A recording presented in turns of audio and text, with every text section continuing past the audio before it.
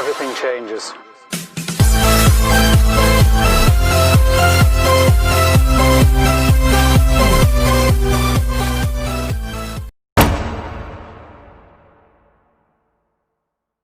Market आपको again एक opportunity दे रहा है। जैसे मार्केट अभी हमने कुछ देर पहले बात की थी कि 12,200 से 7,500 आ गई, 7,500 से 11,700 गई, 11,700 से फिर मार्केट अभी 10,800 पे ट्रेड कर रही है। 10,500 आ सकती है, 10,200 आ सकती है। जैसे ही आएगी आपको बिल्कुल टूट पड़ना है, जो अच्छे स्टॉक्स है वो आपको बाई करना है। ये आपके लिए एक बेहतरीन अपॉर्चुनिटी है, अपॉर्चुनिटी है। मैं इसलिए बार बार रिपीट कर रहा हूं क्योंकि इस बात को आप समझ ले, अपने सब कॉन्शियस माइंड में बिल्कुल फीड कर ले।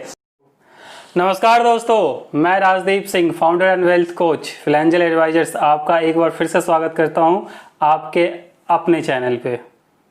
ये अभी आपने वीडियो देखी, हमने पहले की वीडियो में बात की थी अपॉर्चुनिटी की, और मैंने ये बात बहुत बार रिपीट मैंने किया था कि ये एक अपॉर्चुनिटी है, ये एक अपॉर्चुनिटी है, ये एक अपॉर्चुनिटी है। जब मार्केट नीचे जा रही थी, हफ्ते भर पहले मार्केट लगभग 10,800 के आसपास थी और आज अभी मार्केट 11,800 पे है, यानी कि ऑलमोस्ट 8 to 10% का अपवार्ड मोमेंट मार्केट ने पिछले एक हफ्ते में दे दिया। एक हफ्ते 10 दिन में इसने दे दिया।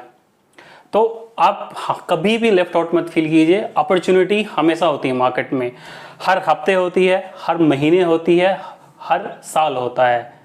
ये डिपेंड करता है कि कहाँ पे होगी, कैसे होगी, और इसमें आपकी मदद करता है आपका एडवाइज़र, आपका वेल्थ कोच, क्योंकि एडवाइस ज़रूरी है और इसीलिए एक एडवाइज़र की ज़रूरत हमेशा होती है। चलिए आज बात करते हैं आज के टॉपिक पे कि ऐसी कौन सी गलतियां हैं, ऐसे कौन सी मार्केट की एक्टिविटी है, या फिर हमें इन्वेस्टमेंट को लेके जो हमारा अप्रोच है उसमें हमसे क्या मिस्टेक्स होती हैं जिसकी वजह से हम ओवर द पीरियड भी करोड़पति नहीं बन पाते हैं, या फिर लोग करोड़पति नहीं बन पाते हैं। देखिए, मैं हमेशा कैलकुलेशंस की बात करता हूँ, मैं कोई इल्यूजन की बात नहीं करता हूँ। जैसे हम बात करते हैं कि 100 करोड़ इज पॉसिबल, और वो कैसे पॉसिबल है ये कैलकुलेशंस हमने पिछले वीडियोस में किया है हमने। तो जो भी हम बात करेंगे वो फैक्ट्स, डेटा, कैलकुलेशन के आधार पे करेंगे। देखिए, मैं तो इक्विटी की बात करता हूँ, डायरेक्ट स्टॉक इन्वेस्टमेंट की बात करता हूँ। बहुत सारे लोग होंगे आप में से, हमारे आस पड़ोस में भी ऐसे बहुत सारे लोग होते हैं जो कि डायरेक्ट इक्विटी को प्रेफरेंस नहीं देते हैं, बिकॉज उनको उतनी नॉलेज नहीं होती है, उस लेवल की अप्लाइड नॉलेज नहीं होती है कि हम डायरेक्ट इक्विटी में कैसे इन्वेस्टमेंट करें। मैं एक एग्जांपल आपको दूंगा कि इक्विटी में ही इन्वेस्टमेंट करने का दूसरा तरीका होता है म्यूचुअल फंड।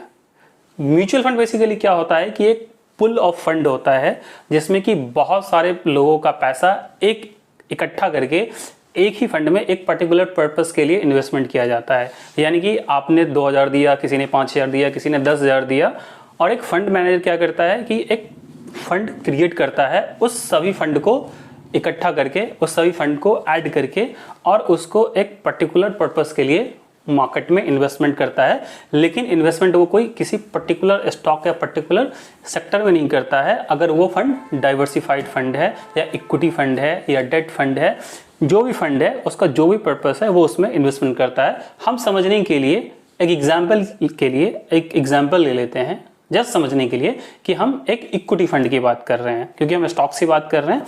तो फंड मैनेजर क्या करता है कि आपके पैसे से वो 25-30 स्टॉक में इन्वेस्टमेंट कर देता है। इसको आप ऐसे समझ लीजिए, सपोज कीजिए कि आपने 25 स्टॉक में या 25 कंपनीज के शेयर्स में आपने पैसे लगाए। हो सकता है कि 2-4 स्टॉक काम न करे, परफॉर्म न करें, अच्छा परफॉर्म ना करे, बट बाकी के जो 15-20 स्टॉक्स हैं वो बहुत ही बेहतरीन परफॉर्म कर गए। तो एवरेज होके आपका रिटर्न, एक डिसेंट रिटर्न आपको म्यूचुअल फंड में लगभग 15% के आसपास मिल जाता है ओवर द पीरियड। क्योंकि जब भी हम इक्विटी इन्वेस्टमेंट की बात करते हैं, स्टॉक्स की बात करते हैं, तो आपका टाइम हॉरिजन हमेशा कम से कम 10 साल का होना चाहिए। आपकी प्लानिंग 10 साल की होनी चाहिए, तब ये रिटर्न आपको मिलेगा ही मिलेगा। मैं सिर्फ अपनी बात नहीं कर रहा हूँ, अपने कैलकुलेशंस की बात नहीं कर रहा हूँ, ये ओपन है, ये बिल्कुल ट्रांसपेरेंट है, ये डेटा हर जगह अवेलेबल है। आप गूगल कीजिए और किसी भी इक्विटी डाइवर्सिफाइड फंड का, मल्टी कैप फंड का रिटर्न पिछले 10 साल, 15 साल, 20 साल में आप देखिए तो यू विल फाइंड कि इसने रिटर्न 15% के आसपास का रिटर्न इसने दिया है। मैं एक कैलकुलेशन बताता हूँ। देखिए आज के डेट में हर हाउस होल्ड में 5,000 की सेविंग करना कोई बहुत बड़ी बात नहीं होती है। हर कोई 5,000 10,000 महीने का सेव करता ही करता है। सेविंग और investment all together different thing है। सेविंग आप करते हैं बैंक अकाउंट में, FD में करते हैं, LIC में करते हैं। सेविंग का पर्पज़ सिर्फ इतना होता है कि आपका पैसा सिर्फ सेव हो रहा है और थोड़ा बहुत ग्रो हो रहा है। जो भी आपका इन्फ्लेशन है उसके आसपास के रिटर्न से वो आपका पैसा ग्रो कर रहा है। बट हम बात कर रहे हैं इन्वेस्टमेंट की, तो आप इन्वेस्टमेंट कहाँ कर रहे हैं? म्यूचुअल फंड में। म्यूचुअल फंड में 15% का आसपास का रिटर्न आपको मिल जाता है। अब डिफरेंस देखिए, आप 5,000 किसी ऐसे प्रोडक्ट में लगाते हैं, किसी ऐसे इन्वेस्टमेंट एवेन्यू में इन्वेस्टमेंट करते हैं जहां पे कि आपको रिटर्न मिलता है 5%, 6%, 7%। देखिए LIC, फिक्स डिपॉजिट, गोल्ड में 5 से 10% से ज़्यादा का रिटर्न नहीं मिलता है। एग्जाम्पल देता हूं कि 5,000 रुपया अगर आप अगले 30 सालों के लिए 15% के रिटर्न के हिसाब से इन्वेस्टमेंट करते हैं तो सिर्फ 5,000 रुपया पर मंथ जमा करके आप 3.5 करोड़ रुपया जमा कर लेते हैं।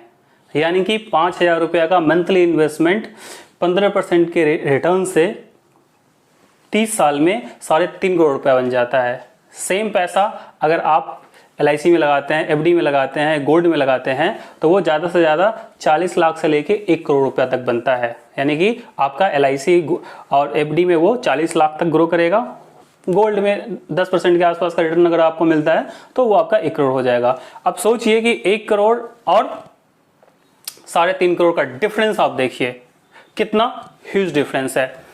अब मैं एग्जाम्पल ले लेता हूँ एक म्यूचुअल फंड की। एक आदित्य बिरला का एक फंड है, टैक्स रिलीफ फंड है, टैक्स रिलीफ 96 उस फंड का नाम है। उस फंड ने over the period of 24 years, over the period 23% का रिटर्न दिया है। इसको कैलकुलेशन से समझ लेते हैं। इसका मतलब ये है कि अगर 96 में किसी ने 1 लाख रुपया उस फंड में डाला था तो उस फंड की वैल्यू आज के डेट में 23% के CAGR से 1.5 करोड़ रुपया है। यानी कि आपका पैसा 150 गुना बढ़ गया। सेम 96 में अगर किसी ने FD में डाला होता या किसी ने गोल्ड में डाला होता तो उसका पैसा ज़्यादा से ज़्यादा 30 लाख 40 लाख हुआ होता।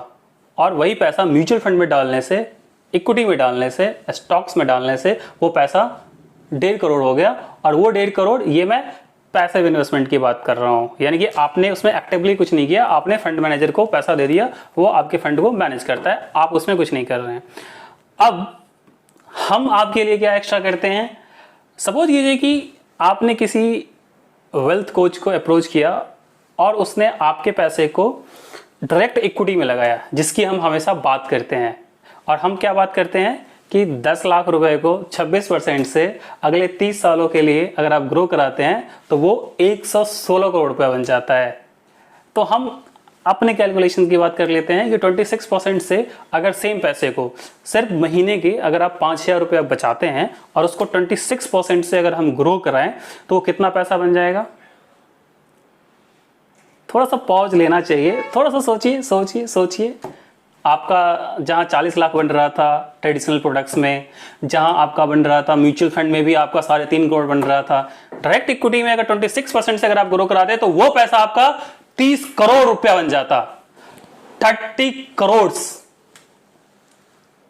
अब सोचिए कि क्या ये हम गलती नहीं कर रहे हैं? और ये प्रूवन ट्रैक रिकॉर्ड है पिछले 250 साल का कि इक्विटी मार्केट ग्रो ही करती है ओवर द पीरियड, जो हमने इस वीडियो में बात ऑलरेडी कर चुका हूं। अब एक मैं एग्जांपल देता हूं कि ये तो मैंने बात की कि डायरेक्ट आप इन्वेस्टमेंट करते हैं। मैं एक जनरल एक हाउस होल्ड सेविंग की बात कर लेता हूं कि जनरली एक जो मिडिल क्लास फैमिली है वो महीने का, हस्बैंड हो गया, वाइफ हो गया, बच्चे हो गए, 1-2 फैमिली मेंबर है, तो अगर एक हाउस होल्ड फैमिली अगर 10,000 रुपया सिर्फ अगर बचाता है सिर्फ 10,000 रुपया महीने का कलेक्टिवली, और सिर्फ 26% से अगर उसको ग्रो कराया जाए over the period of 30 years, 60 crore rupees जमा किया जा सकता है, 60 करोड़ रुपए का वेल्थ क्रिएट किया जा सकता है।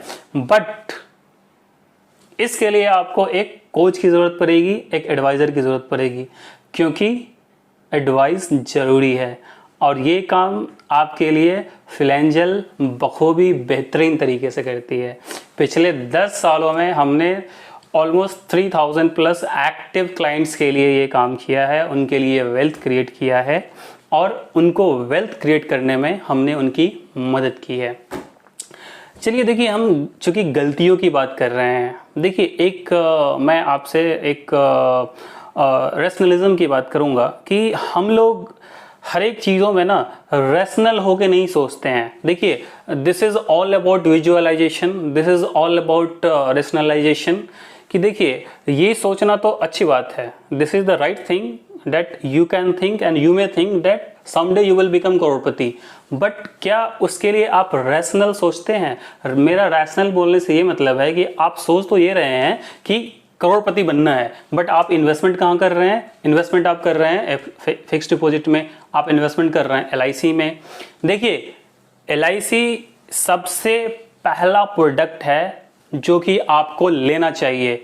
वेल्थ क्रिएशन इन्वेस्टमेंट से पहले आपको इंश्योरेंस लेना चाहिए, और इंश्योरेंस का मतलब है प्योर टर्म प्लान, जिसमें आपके सिर्फ और सिर्फ आपका रिस्क कवर होता है। LIC is not mint for saving, LIC is not mint for investment, क्योंकि जब भी आप LIC लेते हैं, और LIC से मेरा मतलब life insurance corporation of India नहीं है, किसी भी कंपनी का आप इंश्योरेंस लेते हैं, क्योंकि LIC फेमस है, LIC फेमस क्योंकि हम इंश्योरेंस की जब भी बात करते हैं तो हमारे दिमाग में वो LIC आता है, इसलिए मैं LIC बोल रहा हूँ। बट आप किसी भी इंश्योरेंस कंपनी से, चाहे वो आप HDFC से लेते हैं, ICICI से लेते हैं, बजाज से लेते हैं, किसी भी कंपनी से लेते हैं, तो आपने सिर्फ और सिर्फ टर्म प्लान लेना है। तो पहली जो हम सबसे बड़ी गलती करते हैं कि हम सेविंग और इन्वेस्टमेंट को मिक्स कर देते हैं। सेविंग और इन्वेस्टमेंट दोनों अलग चीज़ है और दोनों का टाइम फ्रेम अलग है। और मैं फिर से यहाँ पे रिपीट कर रहा हूँ कि मैं यहाँ पे बात कर रहा हूँ इन्वेस्टमेंट की, और ये मैं बात कर रहा हूँ वेल्थ क्रिएशन की ओवर द पीरियड, 25-30 सालों की मैं बात कर रहा हूँ। आप देखिए, यूजुअली LIC आप कराते हैं, इंश्योरेंस कराते हैं, जो सेविंग्स प्लान लेते हैं, एंडोमेंट प्लान लेते हैं, तो वो भी आप 15 साल, 20 साल, 25 साल के लिए लेते हैं। तो सेम पैसे को अगर आप इन्वेस्टमेंट वाले प्रोडक्ट में, जो म्यूचुअल फंड है, डायरेक्ट इक्विटी है, वहां पे आप इन्वेस्टमेंट करेंगे तो आपको रिटर्न मिलेगा 15% का, 16% का। यहाँ पे आपको रिटर्न मिल रहा है 5% का, 6% का और मैक्सिमम 10% का। तो मैं बात कर रहा था कि रैशनलिज्म की, तो हम 5% के रिटर्न से हम 5,000 10,000 सेव करके हम करोड़ों रुपया नहीं बना सकते हैं। वो कहाँ बनेगा? जहाँ पे कि रिटर्न हमें 15%, 26% का रिटर्न मिलता है, हम वहाँ पे बना सकते हैं। और ये जो रिस्क, डर, ये सारे का सारा क्या है? ये it's all about mind game. ये हमारे दिमाग में हमें ऐसा सर्कमस्टांसेस हमारे आमने सामने बना दिया गया है कि हमें ये सोचने पे हम मजबूर हो जाते हैं कि इन्वेस्टमेंट का मतलब भी LIC है या इंश्योरेंस है, और इन्वेस्टमेंट का, सेविंग का मतलब, इंश्योरेंस का मतलब, तीनों का मतलब एक ही है। तीनों अलग अलग चीजें हैं, आपको अलग अलग तरीके से करना है। इंश्योरेंस मतलब सिर्फ इंश्योरेंस, सेविंग मतलब सिर्फ सेविंग, और इन्वेस्टमेंट का मतलब है कि वो पैसा जो अगले 10 साल, 15 साल, 20 साल, 25 साल जिसकी जरूरत आपको नहीं है, जो आपका डिस्पोजेबल अमाउंट है, आप उस पैसे को वहां पे डाल रहे हैं। अगेन, मैं ये नहीं बोल रहा हूं कि आपको सेविंग नहीं करना चाहिए, आपको FD नहीं करना चाहिए, नहीं, मिनिमम से मिनिमम कीजिए जिन पैसे की जरूरत आपको आने वाले 6 महीने, साल भर, 2 साल में है। बट जैसे ही आपका time horizon more than 3 years हो गया, तो आप क्या करेंगे? आप अपने इन्वेस्टमेंट को इन्वेस्टमेंट वाले प्रोडक्ट में लेके आएंगे। वो श्री कृष्ण ने अर्जुन से बोला था ना, और ये आप भी जानते होंगे कि हमारे अंदर भी सब उनका अंश है। जब परमात्मा हमारे अंदर है और हम उनके अंश है, तो हमारे लिए क्यों नहीं संभव है? जो चीज बिल गेट्स के लिए संभव है, जो रामदेव अग्रवाल के लिए संभव है, जो राधा कृष्ण दवानी के लिए संभव है, वो आपके लिए संभव है। बस आपने करना क्या है? The law of cause and effect, the law of cause and effect. जो सक्सेसफुल लोगों ने किया है, आपने भी वही करना है, आपको फॉलो करना है। और आपको फॉलो कौन कराएगा? Wealth coach. आपको आपका एडवाइजर आपको करोड़पति बनाने में आपकी मदद करेगा। और आज के आज इस नंबर पे कॉल कीजिए, अपने एडवाइजर को कांटेक्ट कीजिए और आज के आज पता कीजिए कि आपने क्या किया है, क्या कर रखा है, क्या नहीं करना चाहिए, और आपका करोड़पति बनना बिल्कुल संभव है। आप बनेंगे। अभी के अभी अपना वीडियो देखने के बाद मोबाइल उठाइए और कॉल कीजिए और पता कीजिए। और आपने हमेशा हमारी वीडियोस को प्यार दिया है, आपने हमेशा मेरे वीडियो को शेयर किया है, आपने सब्सक्राइब कराए हैं, आपने लाइक्स कराए हैं। इन सभी चीज़ों के लिए आपका हृदय से आपका बहुत बहुत धन्यवाद।